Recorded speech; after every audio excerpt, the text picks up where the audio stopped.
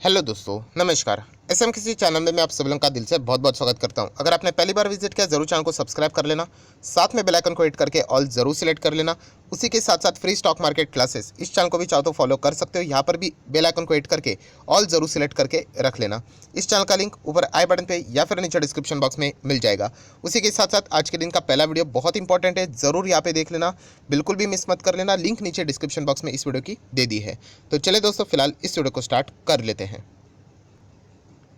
दोस्तों अभी हम लोग आ चुके हैं बिल्कुल हमारे नॉर्मल स्क्रीन के ऊपर। एंड दोस्तों यहाँ पे हम लोग बात करने वाले आज के दिन के बाजार की जो ओपनिंग थी या फिर आज के दिन बाजार कैसे चलेगा, बहुत ज़्यादा क्यूरियोसिटी थी। बिकॉज आप सभी लोगों को पता है बहुत सारे बड़े ट्रिगर पॉइंट्स हम लोग को देखने को यहाँ पे मिले थे।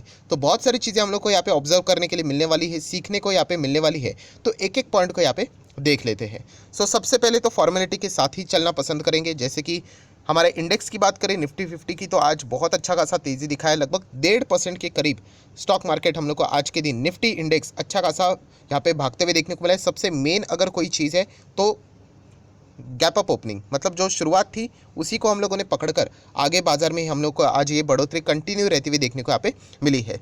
सिमिलर वे सेंसेक्स में भी अगर हम लोग बात करें कोई डिफरेंट पैटर्न नहीं है, बिल्कुल वैसा ही रहता है। लगभग 750 पॉइंट से ज़्यादा की तेज़ी सेंसेक्स में भी देखने को मिली। और अच्छी बात यह है कि जो क्लोजिंग है वो लगातार मतलब हायर लेवल पे हम लोग को होती हुई देखने को यहाँ पे मिली है। राइट, ऐसा नहीं कि नीचे जाकर यहाँ पे क्लोजिंग यहाँ पे हुई है। तो एक इस चीज़ को पॉजिटिव यहाँ पे माना ज़रूर जाता है। इसके पीछे का सबसे मेन रीज़न तो हम लोग यहाँ पे कह सकते हैं कि अमेरिकन बाजार जो फ्राइडे के दिन हम लोग को अच्छा खासा भागते हुए देखने को मिला था, उसने इंडियन मार्केट को एक अच्छा खासा बूस्ट दिया। इस चीज़ को हम लोग ज़रूर यहाँ पे बोल सकते हैं। देन अगर हम लोग यहाँ पे बात करें तो आज का जो माहौल है वो यहाँ पे ख़राब भी यहाँ पे हो सकता था। इससे रिलेटेड भी मैंने आप लोगों को यहाँ पे बात बताई थी। एंड इसके पीछे का रीज़न है HDFC bank. Yes, HDFC bank के Q1 के नंबर्स हम लोग को यहाँ पे देखने को यहाँ पे मिले थे। एंड नंबर्स के अगर मैं पर्सनल एक्सपेक्टेशन की मैं बात करूँ तो और भी अच्छा कर सकता था HDFC बैंक, इतना तो मैं अपने हिसाब से यहाँ पे बोल रहा हूँ। तो बाजार की क्या मर्जी थी, तो आप यहाँ पे देख सकते हो कि बाजार में भी जैसे मैंने आपको बताया था कि कुछ लोगों को नंबर अच्छे लगेंगे, कुछ लोगों को बहुत अच्छे भी लग सकते हैं, कुछ लोगों को थोड़े से ख़राब लग सकते हैं, कुछ लोगों को बहुत भी ख़राब यहाँ पे लग सकते हैं। ये जो क्लैशेस यहाँ पे चलते हैं, कुछ लोग बाय करने के लिए जाते हैं, कुछ एक्सट्रीम बाइंग करने जाते हैं, कुछ सेल करते हैं, कुछ बहुत ही ज़्यादा हैमर करते हैं। इसका जो मिश्रण रहता है वो हम लोग को देखने को मिल जाता है। आप यहाँ पे इजीली देख सकते हैं आज के दिन अच्छे खासे तेजी में भी हम लोग को 1% का प्रेशर यहाँ पे HDFC बैंक के ओर से यहाँ पे देखने को मिला। गैप डाउन के साथ शुरुआत हुई, देन हल्का सा प्रेशर मतलब रिलीज हुआ था, ऊपर चला गया था, एंड देन अगेन गिरावट, एंड हम लोग को बाद में क्लोजिंग वैसे ही देखने को यहाँ पे मिली थी। HDFC बैंक की बात करें तो आप लोगों को जैसे मैंने बताया था कि HDFC बैंक सिर्फ खुद को नहीं बल्कि एंटायर बैंक निफ्टी को भी यहाँ पे प्रेशराइज यहाँ पे कर सकता है। एंड अगर बैंक निफ्टी प्रेशराइज हो गया तो निफ्टी के ऊपर भी प्रेशर यहाँ पे डाल सकता है। बट फिलहाल आज के दिन की अगर हम लोग बात करें तो यहाँ पे ऐसी कोई भी चीज़ देखने को मिले, जितने भी बाकी अदर बैंकिंग कंपनीज थे, मतलब HDFC बैंक का जितना साइज है उसी के हिसाब से कोटक की बात करें, ICICI की बात करें, एक्सिस की बात करें, तो अच्छा खासा परफॉर्मेंस देते हुए देखने को मिला। एंड इसके चलते बैंक निफ्टी यहाँ पे हम लोग को अच्छा परफॉर्मेंस देते हुए देखने को मिला। HDFC बैंक के जो नंबर्स थे उसका हम लोग को बैंक निफ्टी के ऊपर फिलहाल तो कोई भी प्रेशर अभी तक तो देखने को यहाँ पे नहीं मिला। एंड वही चीज़ हम लोग को पास ऑन होते हुए कहाँ पे देखने को मिल गई, निफ्टी 50 में अच्छी खासी तेज़ी देखने को यहाँ पे मिल गई। देन अगर हम लोग यहाँ पे बात करेंगे दोस्तों तो ये सारी चीज़ों को तो हम लोग पढ़ते रहते ही है। अभी की बात करें तो सबसे इंपॉर्टेंट चीज़ तो ऑब्वियसली यहाँ पे जब भी इस तरीके की बड़ी तेज़ी यहाँ पे आ जाती है, हर किसी को पता है यहाँ पे हैमरिंग करने वाले सबसे ज़्यादा अगर कोई है तो वो है फॉरेन इन्वेस्टर्स। आप सभी लोगों को पता है FIIs FPIs की अगर हम लोग यहाँ पे बात करें, उनके ओर से सबसे ज़्यादा बिकवाली लगातार हम लोग को देखने को यहाँ पे मिल रही है। यहाँ पे जब भी इस तरीके की तेज़ी आती है तो हर कोई यहाँ पे यही डेटा देखने के लिए आ जाता है कि फॉरेन इन्वेस्टर ने आज क्या बाइंग की है या नहीं की है। तो दोस्तों आप देख सकते हैं फॉरेन इन्वेस्टर वैसे तो रोज़ ही बाय करते हैं, बट उनका सेलिंग प्रेशर ज़्यादा रहता है। नेट वैल्यू उनकी हम लोग को माइनस में देखने को मिल जाती है। बट आज के दिन की बात करें तो नेट बाइंग देखने को मिल रही है, बट इतना कोई बड़ा अमाउंट नहीं है, केवल 150 करोड़ के आसपास की नेट बाइंग देखने को मिली है। हालांकि DIs की बात करें वो तो अपना काम जैसे पुराने समय से कर रहे बाइंग करने का वो वैसे उन्होंने जारी रखा है। समवेयर अराउंड 850 करोड़ के आसपास की नेट बाइंग उन्होंने भी यहाँ पे की है।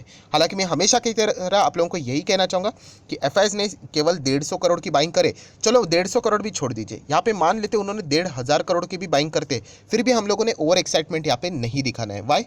यस, बिकॉज मैंने आप लोगों को बताया कि एक बार 6 मारने में और बार बार लगातार 6 मारने में फ़र्क होता है। हमें कंसिस्टेंसी चाहिए। बीच में हम लोगों ने देखा था FIs ने लगभग 12 1500 करोड़ के आसपास का माल उठाया था एंड उसके बाद वापस हम लोग को बिकवाली देखने को मिली थी। अगेन कहना चाहूँगा ये सारी ट्रेडर लोगों के लिए इंपॉर्टेंट चीज़ें रहती क्योंकि वो अपने पोजीशन इसके चलते एडजस्ट करते। इन्वेस्टर को यूजुअली इससे कोई ज़्यादा लेना देना नहीं होता है क्योंकि एक कॉन्स्टेंटली चलने वाला फाइट है। एफआईएस कभी आएंगे कभी जाएंगे, कभी बहुत ज़ोरदार तरीके से बाइंग करेंगे, कभी बहुत ज़ोरदार तरीके से बिकवाली करेंगे। तो ये प्लस माइनस वाला खेल हमेशा चलता था, है और आगे भी रहेगा। पर फिर भी एक नॉलेज के लिए इतना काफ़ी है। सो ये भी चीज़ आज हम लोग को देखने को मिली। चलो 150 करोड़ की बाइंग तो उन्होंने यहाँ पे करके रखी हुई है। सो नेक्स्ट अगर हम लोग यहाँ पे बात करें, देखिए मार्केट अब जब अच्छा भागता है तो हर किसी के चेहरे के ऊपर मुस्कान आती है। ऑब्वियसली इन्वेस्टर के तो आएंगे क्योंकि उनके लिए तो एक ही चीज़ रहती है, मार्केट ऊपर जाएगा। मार्केट से ज़्यादा उनके पोर्टफोलियो, उनके शेयर्स अगर ऊपर जाएंगे तो उनको एक अच्छा खासा परफॉर्मेंस जरूर देखने को मिल जाता है। बट जैसे कि मैंने आप लोगों को बताया कि यहाँ पे सबसे इंपॉर्टेंट चीज़ हम लोग को देखने को यहाँ पे क्या मिलने वाला है। यस, ईसीबी की अगर हम लोग यहाँ पे बात करें, यूरोपियन सेंट्रल बैंक, उनकी मॉनेटरी पॉलिसी, वहाँ पे रेट हाइक एंड आने वाले भी रेट हाइक, इससे रिलेटेड बाजार बहुत ज़्यादा यहाँ पे डिस्टर्ब रह सकता है। ये सबसे मेन चीज़ यहाँ पे रहने वाली है। सिर्फ इसी भी नहीं, प्लस बैंक ऑफ इंग्लैंड की भी हम लोग को रेट हाइक जैसी चीज़ें देखने को यहाँ पे मिल सकती है। प्लस फेडरल रिजर्व की अगर हम लोग यहाँ पे बात करें, जो कि 26-27 के आसपास शायद से उनका एफओएमसी का बैठक है। सो वो सबसे हमारे लिए की पैरामीटर यहाँ पे रहने वाला है। बाकी ऐसे प्लस माइनस वाली चीज़ यहाँ पे चलती रहती है। तो इन पॉइंट्स को भी नज़रअंदाज करके नहीं चलेगा क्योंकि ये जितने बाकी के सेंट्रल बैंक से आप लोगों को पता है, इनका जो टास्क है वो आरबीआई से कई गुना ज़्यादा चैलेंजिंग है। क्योंकि हमारे इधर बात करें तो इन्फ्लेशन एंड इंटरेस्ट रेट, इसका जो गैप है वो कंपैरेटिवली कम है, 2% के आसपास है। बट बाकी ये जो यूरोपियन कंट्रीज़ की बात करें या फिर बैंक ऑफ इंग्लैंड मतलब यूके की बात करें या फिर अमेरिका की बात करें, इनका जो गैप है दोस्तों बहुत बड़ा गैप है। 7% 8% के आसपास का गैप है और इसको फिल करने के लिए उनको क्या करना पड़ेगा, रेट हाइक करने पड़ेंगे और उसका झटका डेफिनेटली धीमे धीमे करके हमारे इंडियन मार्केट के ऊपर भी ज़रूर आएगा। तो इस पॉइंट को भूलना नहीं है, इसीलिए मैंने जानबूझ के इस पॉइंट को भी क्या किया है, इसी वीडियो में यहाँ पे इंक्लूड करके यहाँ पे रखा हुआ है। देन अगर हम लोग बात करेंगे तो आज के दिन के फॉर्मेलिटी के हिसाब से बात करें तो फॉरेन मार्केट तो हम लोग देखते रहते हैं। जैसे कि डो जोन्स की बात करें तो फिलहाल तो 300 पॉइंट के आसपास तेज देखने को मिल रहा है। तो एक छोटा सा एक पॉजिटिव साइन ज़रूर देखने को यहाँ पे मिलता रहता है। हालांकि ये चीज़ें प्लस माइनस होती रहती है, आप लोगों को भी पता है। देन अगर हम लोग बात करें यूरोपियन मार्केट्स, तो यूरोपियन मार्केट्स भी आज अच्छे खासे देखने को मिले। वरना क्या होता है, हमारा मार्केट तो अच्छा कर लेता है, अमेरिकन बाजार की ओपनिंग के तक ही हमारा काम रहता है। उसके बाद अमेरिकन बाजार का फ्यूचर एंड जैसे ही 12 बज जाता है, आपको पता ही है, यहाँ से अगर प्रेशर क्रिएट हो गया तो हमारे मार्केट में भी वो प्रेशर धीमे धीमे दिखना शुरू हो जाता है। बट आज के दिन की बात करें तो यूरोपियन मार्केट्स भी अच्छे खासे हरे निशान में देखने को यहाँ पे मिल रहे हैं। तो इसीलिए हम लोग देख सकते हैं हमारे मार्केट में अच्छा खासा परफॉर्मेंस आज देखने को यहाँ पे मिला है। हम लोग एक्सपेक्ट करेंगे कि ऐसा ही रहे, बट येस हकीकत यह है कि आने वाले समय में थोड़ा सा चैलेंजेस यहाँ पे ज़रूर रहने वाले। बट ये सारे इकोनॉमिक्स की पार्ट है, मैक्रो इकोनॉमिक्स की अगर हम लोग यहाँ पे बात करें, इन्फ्लेशन, रेट हाइक, ये चलता रहता है। एंड देन अगर हम लोग आखिरी पड़ाव के ऊपर अगर यहाँ पे आ जाते हैं तो ये सेक्टरल इंडाइसेस की बात करें तो सबसे मेन जो रहता है, निफ्टी बैंक ने आज बहुत ज़बरदस्त सरप्राइज़ यहाँ पे किया क्योंकि यूजुअली यहाँ पे एचडीएफसी बैंक के जो नंबर्स रहते हैं वो बाकी बैंक्स को रिप्रेजेंट करते हैं बहुत बार कि कैसे रहेंगे। बट ऐसा कुछ झलक फिलहाल तो देखने को यहाँ पे नहीं मिला है। एचडीएफसी बैंक केवल अपने ही इंडिविजुअल परफॉर्मेंस के चलते डाउन देखने को मिला। ऐसा नहीं कि टीसीएस के नंबर कैसे आए थे, पूरे आईटी सेक्टर को उन्होंने दबोच लिया। बट वैसे भी देखा गया तो जो फाइनेंस सेक्टर है वहाँ पे हम लोग को ऑलरेडी बहुत साल से, मतलब 1-1.5 साल तो हो गए हैं, वहाँ पे हम लोग को प्रेशर देखने को मिला है। बट आईटी सेक्टर में एक अलग बात थी, आप सभी लोगों को पता होगा। मतलब कुछ लोगों ने बहुत अच्छे सवाल पूछे थे, सर आईटी सेक्टर में टीसीएस गिरा तो बाकी सारे क्यों इतने ज़बरदस्त रिएक्ट किए थे, क्योंकि आईटी सेक्टर टॉप लेवल पे था, बहुत अच्छे खासे रिटर्न्स बने थे। तो प्रॉफिट बुकिंग करने के लिए रीज़न यहाँ पे मिल गया। बैंक्स की बात करें तो ऑलरेडी हम लोग को यहाँ पे डाउन देखने को यहाँ पे मिल रहे, तो इतना ज़्यादा कुछ इंपैक्ट अभी तक तो देखने को यहाँ पे नहीं मिला। बट मैं पर्सनल अगर अपनी बात करूँ तो येस, मैं ये एक्सपेक्ट यहाँ पे फिलहाल तो नहीं कर रहा था। तो शायद से अमेरिकन बाजार का जो परफॉर्मेंस था उसके चलते थोड़ा बहुत हम लोग को पॉजिटिविटी देखने को मिला है। ठीक है, सो एचडीएफसी बैंक की बात करें तो यहाँ पे थोड़ा सा डाउनफॉल देखने को यहाँ पे मिला है। अभी देखना पड़ेगा यहाँ पे Kotak Mahindra bank, ICICI bank जो कि इनके कोर कॉम्पिटिटर है, इनके नंबर्स कैसे आते हैं, इसके हिसाब से भी हम लोग को बहुत सारी चीज़ें सीखने को यहाँ पे मिल जाएगी। एंड यहाँ पे अगर हम लोग बात करें जो सबसे मेन एक और सेक्टर जो कि आईटी सेक्टर, जो कि बैंक्स के नीचे ही, बैंक्स नहीं बोलना चाहिए, फाइनेंशियल सर्विसेज बोलना चाहिए सेक्टर के हिसाब से, जो कंट्रीब्यूट करता है वेटेज के हिसाब से।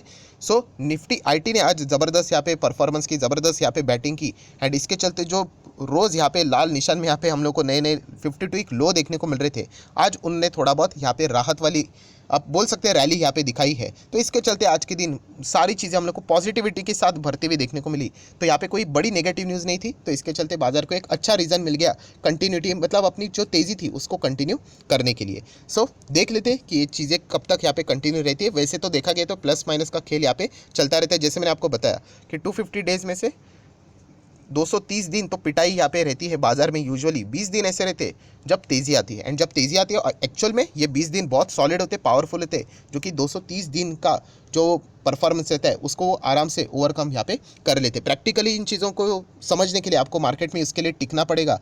कोविड में भी ये फॉर्मूला मैंने आप लोगों को बताया था, तभी एक्चुअल में हजम करना मुश्किल था क्योंकि हालत बहुत ही गंभीर थी। बट बाद में लोगों ने समझ लिया कि तेज़ी आती है तो वो कैसी आती है और कैसे रिटर्न देके जाती है। सो ये सारी चीज़ें आज हम लोग को सीखने को यहाँ पे मिली है। सो जितने भी इंपॉर्टेंट पैरामीटर्स थे वो सारे मैंने यहाँ पे कवर कर लिए। अगर कुछ चीज़ें सीखने को आपको मिले होगी तो चाहते हो तो इस वीडियो को लाइक एंड शेयर भी यहाँ पे कर सकते हो। एंड अगेन कहना चाहूँगा, हमें यहाँ पे देखना पड़ेगा FIS FPS यहाँ पे छोटा सा तो बाइंग उन्होंने यहाँ पे किया, क्या वो कंटिन्यू यहाँ पे करते हैं, point number 1। And second point number 2, जो आने वाले रेट हाइक्स रहेंगे विदेश के बाजार की मैं बात कर रहा हूँ, उसका रिएक्शन हमारे मार्केट में कैसा रहता है वो भी देखना बहुत ज़्यादा इंटरेस्टिंग यहाँ पे रहने वाला है। एंड तब हम लोग को जो बाजार के ऊपर प्रेशर देखने को मिलेगा, तब क्या यहाँ पे वो बैंकिंग सेक्टर अपने आप को संभाल पाएगा, ये देखना भी एक बहुत ही इंटरेस्टिंग फैक्टर रहने वाला है। क्योंकि आज के दिन एक बहुत अच्छी तेज़ी देखने को मिली, तो कभी कभी इनमें ये सारी चीज़ें हम लोग को थोड़ी सी यहाँ पे ढकती हुई देखने को यहाँ पे मिल जाती है। बट कोई बात नहीं, मार्केट आने वाले 4 दिन यहाँ पे लगातार चलने वाला है, तो तभी हम लोग इन चीज़ों को ऑब्जर्व कर सकते हैं। सो आशा करता हूँ कि वीडियो आप लोगों को यहाँ पे पसंद आया होगा कि क्यों यहाँ पे तेज़ी थी, इससे रिलेटेड कुछ इंपॉर्टेंट पॉइंट्स आप लोगों को समझ में आए होंगे। तो आप चाहो तो इस वीडियो को लाइक एंड शेयर भी कर सकते हो। एंड डीमैट अकाउंट अभी तक ओपन नहीं किया है तो लिंक नीचे डिस्क्रिप्शन बॉक्स में 25 वीडियो की लिस्ट आपको बिल्कुल फ्री ऑफ कॉस्ट मिल जाएगी। आपका नाम, कौन सा अकाउंट आपने लिंक के थ्रू ओपन किया है, ये प्रॉपरली कमेंट सेक्शन में बता देना। तो एक हफ्ते भर के अंदर अंदर ये सारे वीडियोस मेरे तरफ से आप लोगों को फ्री ऑफ कॉस्ट मिल जाएंगे। बेसिक ऑफ स्टॉक मार्केट से रिलेटेड लेक्चर्स है, थोड़ा बहुत ऑफ मार्केट को अच्छी तरीके से जान पाओगे। So that's it, thank you very much दोस्तों। We will be meeting our next video. तब तक के लिए बाय बाय।